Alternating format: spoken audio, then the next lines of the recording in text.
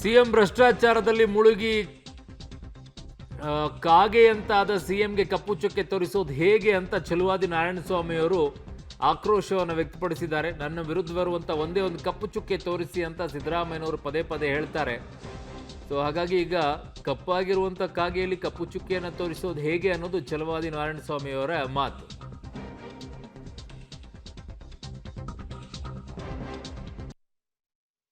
ಮುಖ್ಯಮಂತ್ರಿಗಳಲ್ಲಿ ಮನವಿ ಮಾಡ್ತೇನೆ, ನಿಮ್ಮ ಭ್ರಷ್ಟಾಚಾರ ಬಯಲಾಗಿದೆ.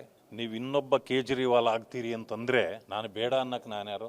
ನೀವಾಗಿ ಪ್ರಾಸಿಕ್ಯೂಷನ್ಗೆ ಅವರು ಕೊಟ್ಟಿದ್ದಾರೆ ಅಂತಂದ ಮೇಲೆ ನೀವು ಅದನ್ನು ವಿರೋಧಿಸೋದು ಕೋರ್ಟ್ನಲ್ಲೇ ಹೊರತು ಹೊರಗಡೆ ಅಲ್ಲ.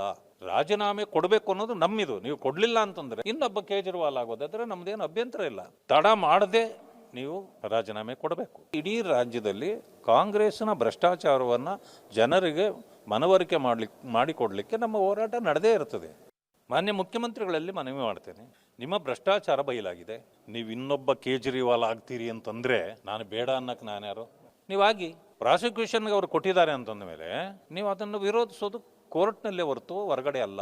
ರಾಜೀನಾಮೆ ಕೊಡಬೇಕು ಅನ್ನೋದು ನಮ್ಮಿದು. ನೀವು ಕೊಡ್ಲಿಲ್ಲ ಅಂತಂದ್ರೆ ಇನ್ನೊಬ್ಬ ಕೇಜ್ರಿವಾಲ್ ಆಗೋದಾದ್ರೆ ನಮ್ದೇನು ಅಭ್ಯಂತರ ಇಲ್ಲ. ತಡ ಮಾಡದೆ ನೀವು ರಾಜೀನಾಮೆ ಕೊಡಬೇಕು. ಇಡೀ